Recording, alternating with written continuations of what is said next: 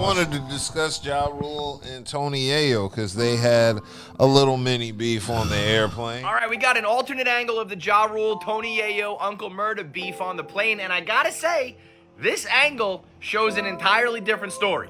So the initial footage, which was from Anthony Yayo and Uncle Murda's phone, shows Ja Rule kind of getting clowned, and then boom, we cut to him no longer in his seat, and they take his seat, and they're laughing at him, and I was thinking to myself, there probably had to be a lot that went on between these two cuts. Something had to have happened for Ja Rule to get kicked off the plane. 50 Cent said he made a scene on purpose so that he would get kicked off. Well, now we have footage of that scene, and I kind of think it paints Ja Rule in an entirely different light.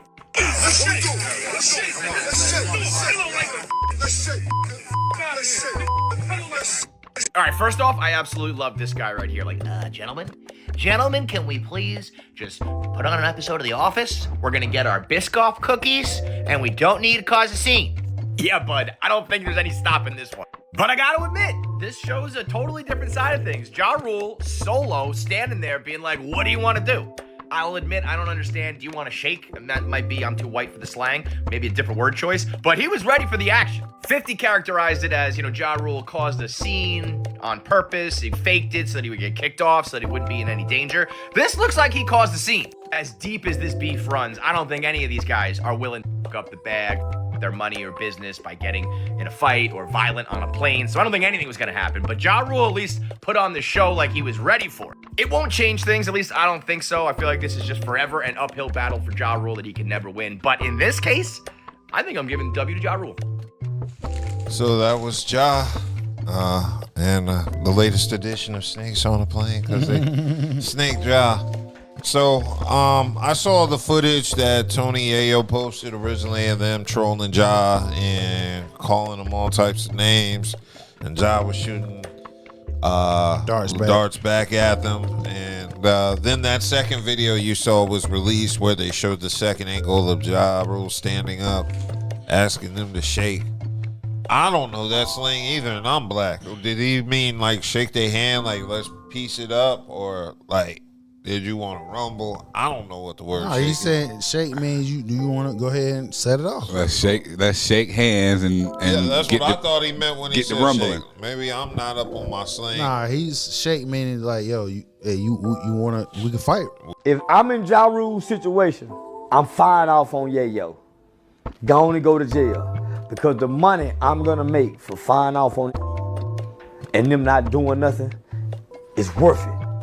You cannot let me get him. Oh, you can't give me no. Oh no, you can't do that to me. We can fight. What we gonna do? You wanna fight? Because I'm not gonna sit here. Y'all not gonna be sitting behind me, keep hitting the damn back of the seat and talking shit. Like, come on, man. I'm like, yo, we 50 years old. Like, what the like? I know y'all doing y'all bidding for your boy MAGA 50 because he keeping y'all rich. I get it. You feel what I'm saying? But sometimes, I mean, to me, Murda and Yayo, y'all was clowns. Y'all was corny as hell. You feel what I'm saying? Because real talk, y'all know you're not gonna do shit. I mean, who gonna spend however many hours flying back to New York, going back and forth with y'all? Like, that's stupid as hell. Like, and then on top of that, you already know how tight they are, air security and shit like that. Yeah, so that's my number one. I'm not trying to get charges dealing with federal aviation because you dumb motherfucker sitting here trying to get clout off some bullshit. There's more people who are unfamiliar with the situation than there are who know the situation. People aren't going to get it. It's just going to look like you picking on Ja Rule. Now, are you trying to get sympathy for Ja Rule, or are you trying to make Ja Rule look away? Either way, it's going to become overkill to the point where society is going to see it. And I mean, like, the mainstream society is going to see it like, yo, what's going on? Why is this still a thing? Let it go, bro. Yeah, yo, let it go, bro. Like I said, that's not my business, but it just looks bad. I understand it. People who are my age, people who are around for that era and time understand it, and we mind our business. But then you have a younger audience who is like, why they keep fucking with Ja Rule? Now they got to go do their research. A lot of these people aren't going to go do their research. They're just going to draw the conclusion that you're being a bully and you got your henchman who's not you. Exactly. To me, I view the airport like the Continental in John Wick. Yeah. It's that neutral ground where if you see somebody, you got to give them a pass. You got to give them a pass. You ain't putting me on that no-fly list. Exactly. Especially if I'm doing shows, I need to get my money. I need to get there quick. I ain't got time for all that. So me personally, I think Yayo and and Murda, what they did was corny as hell. I thought it was clown shit personally, but you know, when you got a dude like 50 backing you, you know, you can get away with clown shit. Y'all look like cowards. Look, for an example, right? They ops, they can't stand each other. Okay, we don't want to fight on the plane. Hey, listen, check this out, Playboy. You know what it is with us. When we get off this plane, let's go hit one of these bathrooms, take care of our business, get that out the way. Or, you know, we can go off the airport, get off airport grounds and meet at a parking lot or something like that and get this off our chest. Like men, toe to toe, one-on-one. So that's where I go back to when co-signing with the 50 doing. I'm like, yo, after a while, the shit gets old. You a billionaire. You move like one. Act like one. You feel what I'm saying? You sitting here acting like you one of you ain't one of them. You feel what I'm saying? You done kissed the ring to Trump. All right. Now, go ahead and get your money. You want to act. You want to sit here and now he's sucking up using black culture and weaponizing that shit. You feel what I'm saying? Yeah, he come out with power and all that shit. All right, that's cool. I don't knock no for getting their money. But let's look deeper in this shit. This is a bullhorn for white supremacy, and he's selling out like and it, like we've been calling out everybody else, he's doing that shit. Yeah. Let's call it like it is. I just know I didn't see a video of two men bullying another man to getting off of a plane. I know I didn't see that. Ain't no way.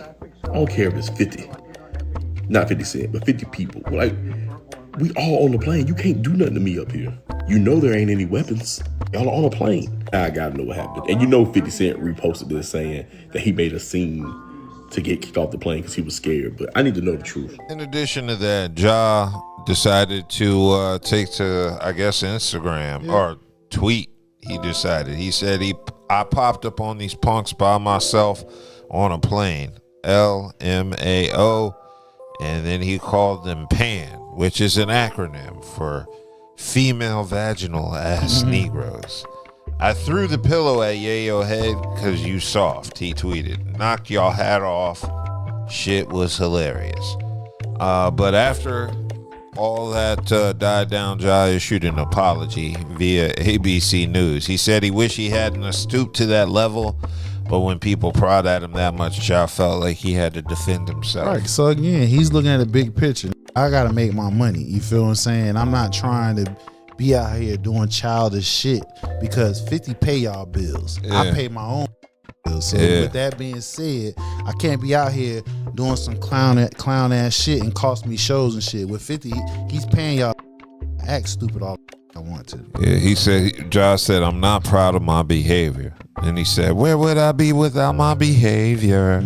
It's goofy to me. I'm a grown man about to be a proud grandfather, and I wish that video of me wasn't out there. He said, I don't like people taking me out of my character, so for that, I apologize to my wife, family, fans, business, and investment parties. I want people to know at the end of the day, I'm still a man and I'm going to stand my ground. I don't start trouble.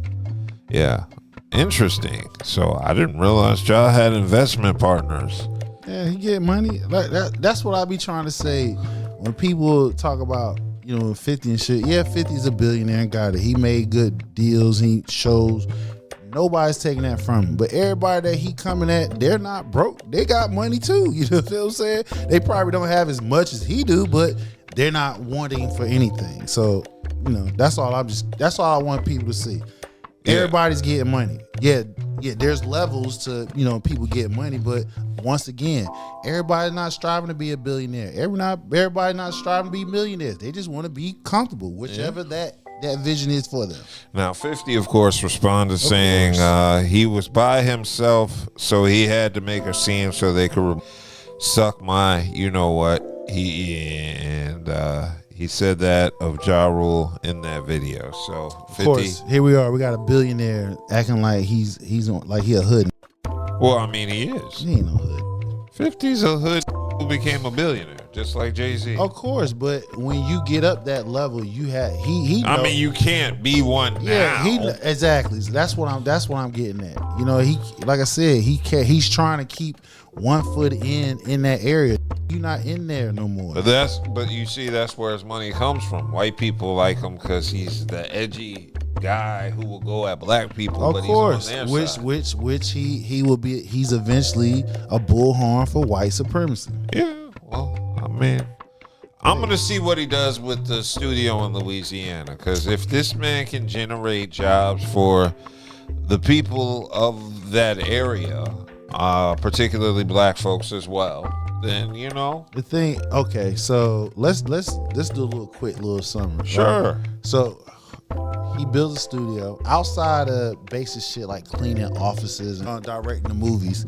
Sure, it's gonna be somebody black there. That's the whole point. Because if they don't have that school that produces art, cinematography, they got schools in New Orleans. What I'm saying is in that area, Louisiana, they have a film industry. Yeah, I'm talking about in Shreveport. We talking about what he's bringing to Shreveport, where it's going to help the people of Shreveport. Because he's taking over an old film studio, so the film studio was already there. And what he's doing is he's helping gentrification of that area. He bringing rich people down in that area, which that outprice people who lives there. That's the whole thing. When you got somebody like that got money, he bringing people with him that has money. They move in that area. So people who live in that area, who's born and raised in that area, they're getting pushed out.